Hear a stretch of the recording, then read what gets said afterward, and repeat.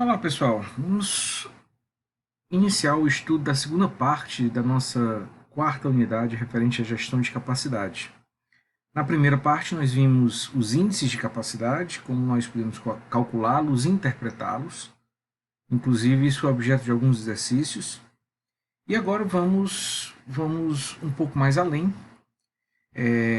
O nosso foco nesse momento é definir estratégias de gestão de capacidade. O que é uma estratégia de gestão de capacidade? São decisões. São decisões que nós temos que tomar para permitir que a demanda existente seja atendida, ou de uma forma total ou de uma forma parcial, utilizando os recursos disponíveis da melhor maneira possível. Então é interessante a gente fazer uma breve introdução, recapitulando o começo dessa unidade, em que nós vimos que a gestão da capacidade pode ser trabalhada em três níveis.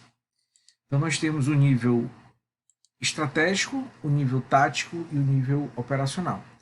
Então, gestão da capacidade no nível estratégico seria a primeira situação. O que ela representa? Ela representa aquelas decisões de longo prazo, aquelas decisões que implicam em grande investimento e que vão repercutir, que vão influenciar o funcionamento da empresa de modo geral. Um exemplo disso seria novas unidades que precisam ser criadas. Então, vamos abrir uma filial ou não? Vamos expandir a nossa unidade atual ou não? Vamos investir para entrar num novo segmento de produto e, para isso, comprar equipamentos, máquinas ou não? Então, essas decisões de longo prazo têm um cunho estratégico.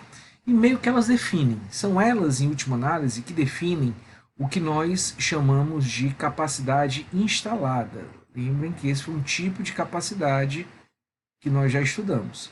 Então, a capacidade instalada é definida pelo estratégico. Em função daquilo que nós disponibilizamos em termos de recurso, em função dos investimentos que foram feitos, nós vamos ter um determinado nível de capacidade instalada.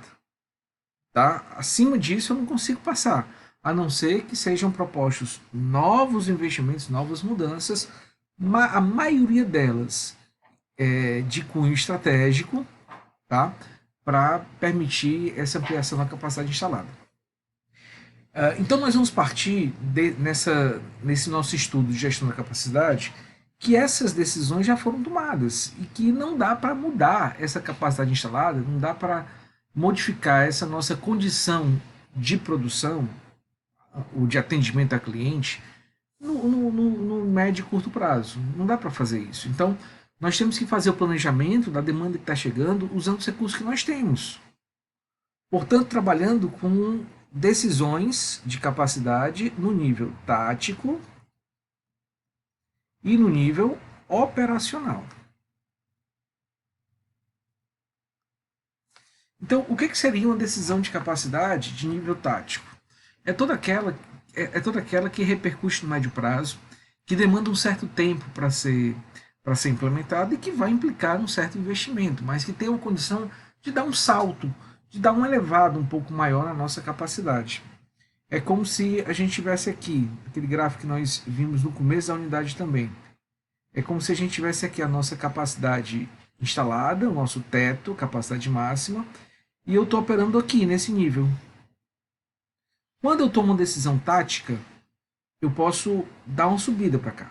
Eu posso passar a trabalhar a partir desse ponto nesse nível mais alto. Ainda abaixo do teto, da capacidade instalada, mas passo a trabalhar em um nível consideravelmente maior. Um exemplo de decisão de nível tático, que pode repercutir diretamente nisso, seria, por exemplo, a decisão de trabalhar em novos turnos. O fato da gente trabalhar em turnos diferentes, primeiro, não é algo que você consegue implementar da noite para o dia. É necessário definir recursos, é necessário contratar pessoas, é necessário providenciar uma estrutura, muitas vezes estabelecer um acordo com o sindicato da categoria, enfim. Você demanda 2, 3 meses para colocar um novo turno em operação a partir do momento que a decisão seja tomada.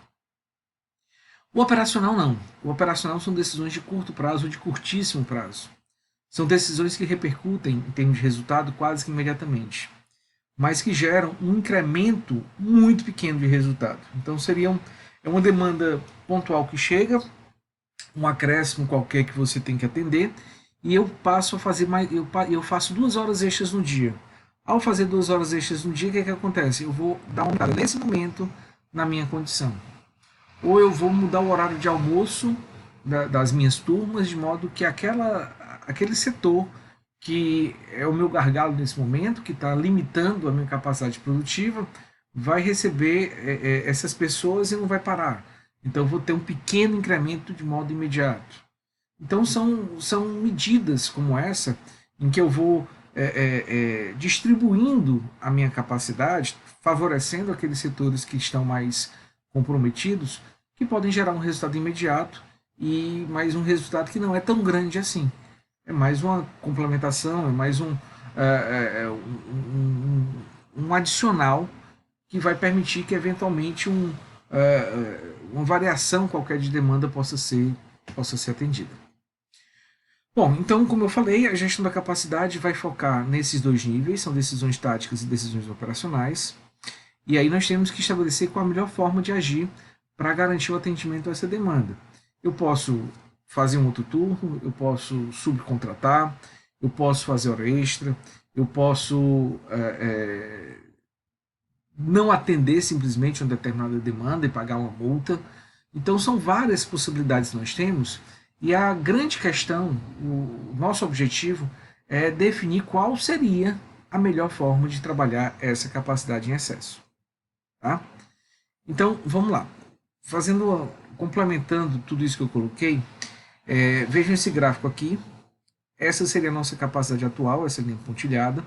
E essa que está desenhada em azul seria a nossa demanda. Tá? E a gente percebe que a demanda varia. Em um determinado período, por exemplo, bem aqui, o que nós temos? Nós temos uma capacidade maior do que a demanda. Então, isso me daria a condição de gerar estoque. É algo que eu posso vir a fazer, mas não necessariamente eu vou fazer. Eu posso decidir também manter esses recursos ociosos. Eu posso dizer, não vou produzir a mais porque o estoque para mim é muito caro, então eu prefiro deixar parado. Ou eu posso, nesse período, vamos supor que seja um período mais extenso, lá, 6 meses do ano, eu posso dizer, não, eu vou demitir. Eu vou demitir funcionários.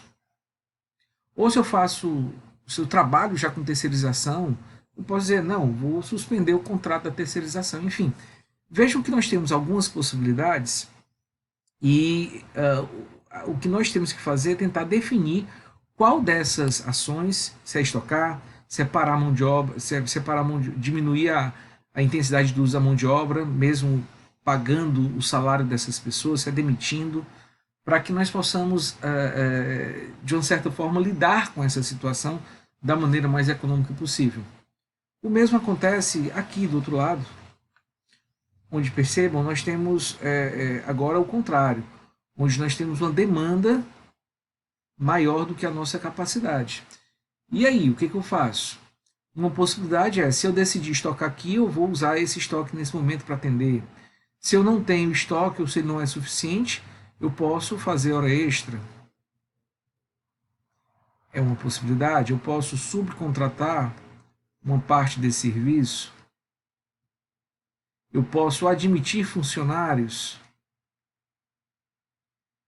para colocar em operação equipamentos que hoje estão parados, para complementar os que estão funcionando, ou simplesmente para fazer um novo turno, e assim por diante. Não percebam que são várias possibilidades em termos de decisão, e nós temos que escolher qual delas seria a mais viável economicamente.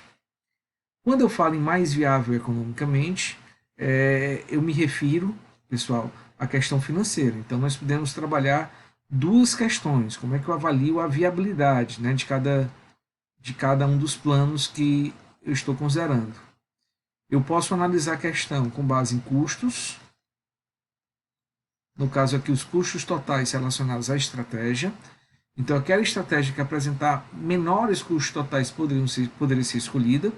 E a outra situação que é mais recomendável é quando a gente passa a falar de lucratividade. em que nós vamos ter que considerar tanto a receita gerada com essa estratégia, porque lembrem que se a gente não produzir, se a gente optar por não atender aquele mercado, além de uma eventual multa que eu tenho que pagar, eu deixo de faturar. E quando eu vendo um produto, está incluído a nossa margem de lucro, está incluído o valor agregado, é um incremento de receita significativo. Então, de modo geral, nós vamos seguir os seguintes passos. Primeira coisa, eu tenho que saber qual é a nossa capacidade e a demanda agregada. Aqui a capacidade está dada, essa linha azul, e a demanda está estimada, é uma demanda meio que sazonal, né? Talvez com demanda com tendência crescente, precisaríamos de mais dados para avaliar, mas estaria traçada aqui.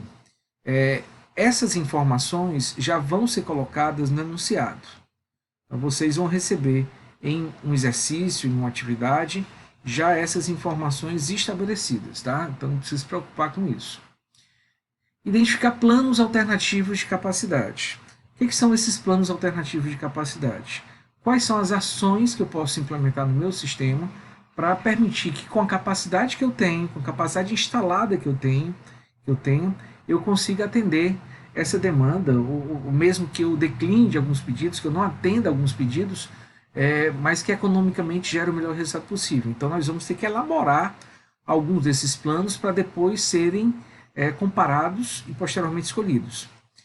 Esses planos, em termos de atividade, já podem vir no enunciado.